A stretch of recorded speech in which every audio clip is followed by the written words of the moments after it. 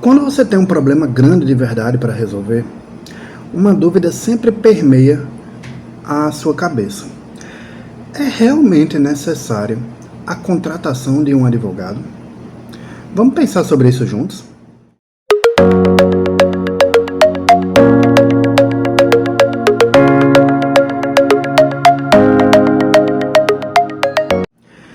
Olá pessoal, eu sou o Thiago de Souza e você está no canal Escritório Dreams, canal constituído com o objetivo de ajudar pessoas sem conhecimento jurídico algum, estudantes de direito e jovens profissionais da advocacia em suas atividades, tá? E hoje a gente vai tratar sobre uma dúvida que não chega até os escritórios, mas que permeia a cabeça dos clientes comumente quando eles têm um problema para resolver, que é: eu tenho um problema para resolver. Eu realmente preciso contratar um advogado para resolver esse problema? Gente, existem pessoas que são, por exemplo, graduadas em Direito, tá? Bacharéis em Direito, mas que não atuam com advocacia. Porém, elas têm conhecimento jurídico suficiente para compreender a estratégia, por exemplo, de um processo e que conseguem vislumbrar os meios necessários para atingir o seu objetivo, tá? Então, é comum, por exemplo, que pessoas que trabalham na própria justiça, por exemplo, ou que atuam em atividades que são correlatas ao judiciário e que têm conhecimento jurídico, entendeu? Tem um problema, por exemplo, um problema às vezes até simples, tá? Uma relação de consumo, uma falha na prestação de serviços e ficam sempre com essa dúvida em mente, tá? Eu devo ou eu não devo contratar um advogado para resolver o meu problema, tá? E aí, o que eu trago aqui como ideias para você pensar sobre o assunto. De fato, é possível que o problema que você tenha para resolver seja um problema simples do ponto de vista jurídico, tá? Uma falha na prestação de serviço, uma cobrança indevida, um pagamento indevido, e que você tenha estudado para concurso, por exemplo, ou que você trabalhe em alguma área que seja correlata à atividade judiciária, que você não seja advogado, mas que você tenha conhecimento jurídico para compreender os conceitos necessários sobre o processo, tá? Então, assim, é possível que você tenha o conhecimento. É até possível que você tenha a técnica, tá? Como assim a técnica? Que você seja um bom escritor, que você consiga definir bem em um texto quais que são os problemas, o que aconteceu, de que forma aconteceu e qual é o pedido que você está precisando realizar para a justiça. Talvez você tenha conhecimento dos artigos necessários para você realizar a fundamentação, tá? Hoje em dia existe uma série de ferramentas na internet que você consegue buscar, inclusive a jurisprudência, tá? Se tu não sabe o que é jurisprudência, são julgamentos anteriores sobre o assunto para você embasar a sua petição em relação ao juiz.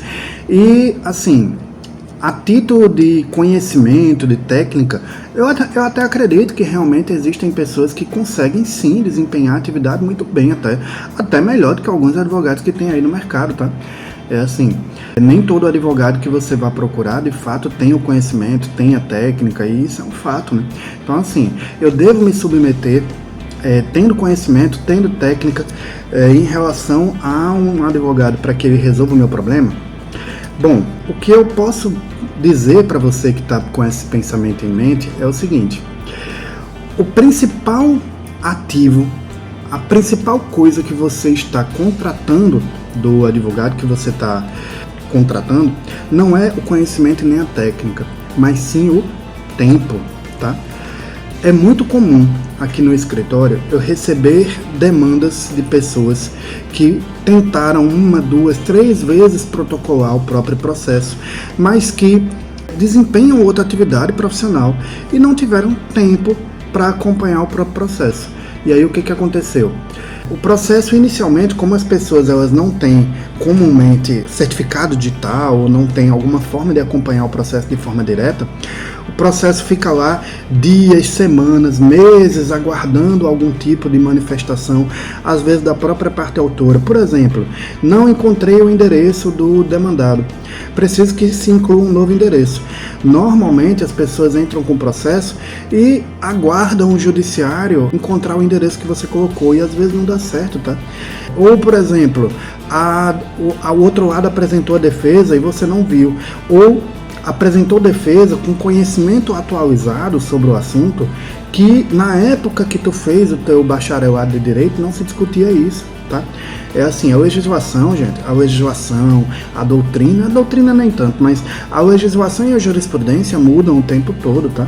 Então, assim, o fato de tu ter conhecimento jurídico não significa que você tenha conhecimento atualizado sobre o assunto que você está discutindo. Além disso, existem entendimentos dos juízes aos quais os advogados que de fato têm relacionamento com aquele assunto conhecem. Então, assim, os juízes, eles normalmente têm tendências, tá? Alguns são mais favoráveis a uns assuntos, outros são mais favoráveis a outro.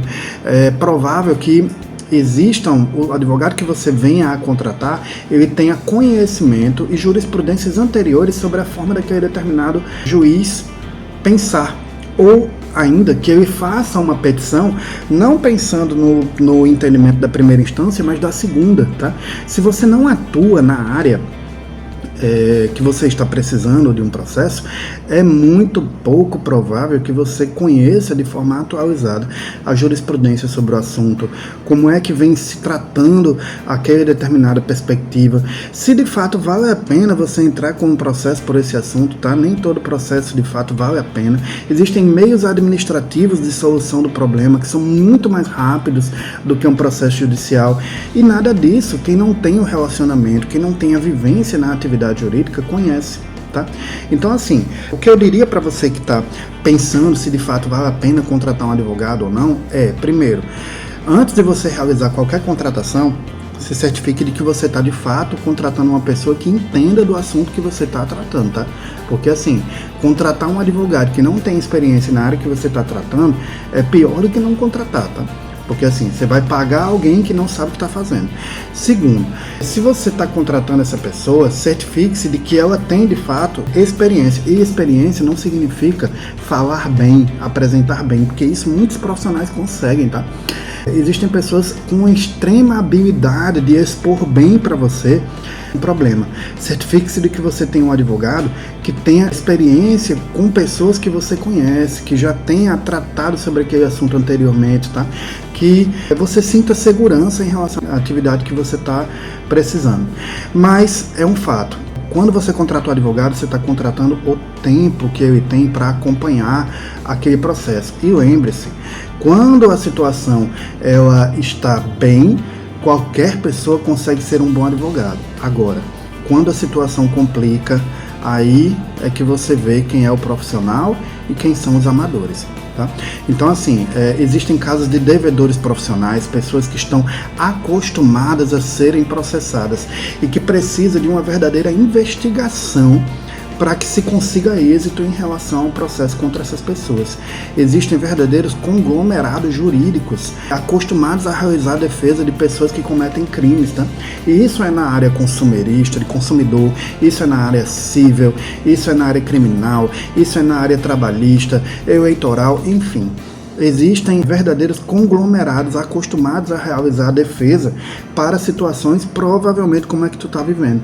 E se você não souber como lidar com aquele assunto, provavelmente você vai ter muita dificuldade em conseguir ter de fato êxito, mesmo tendo razão em relação àquilo que você está precisando, tá? Então, assim, o que você precisa que você compreenda é que a atividade jurídica, ela não é tão somente saber produzir uma petição, tá? O mundo fora dos livros é diferente daquilo que você estuda, tá? Então, se você de fato tem um problema, eu sugiro que você contrate alguém que tenha tempo para lidar e para acompanhar esse processo, experiência em relação àquele assunto que você está tratando e que tenha uma boa segurança de que ela saiba aquilo que está fazendo. E muito importante, alguém que tenha um bom atendimento, tá?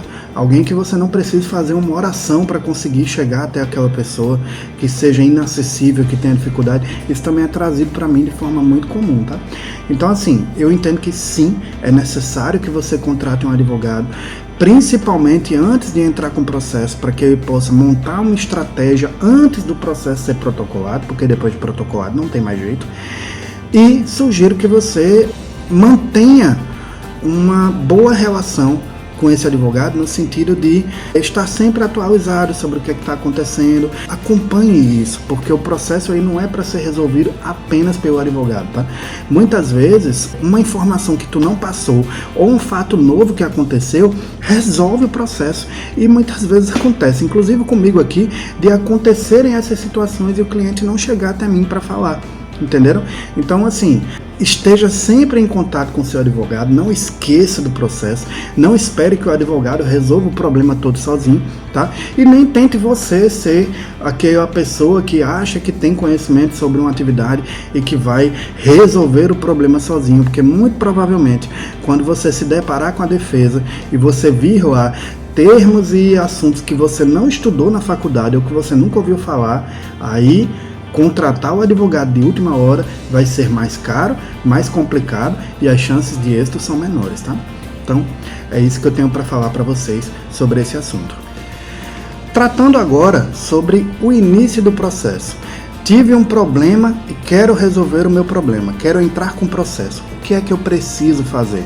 Esse vídeo aqui trata sobre esse assunto. Quais são os passos iniciais de um processo judicial? O que é que eu preciso fazer? Assiste, você vai achar interessante.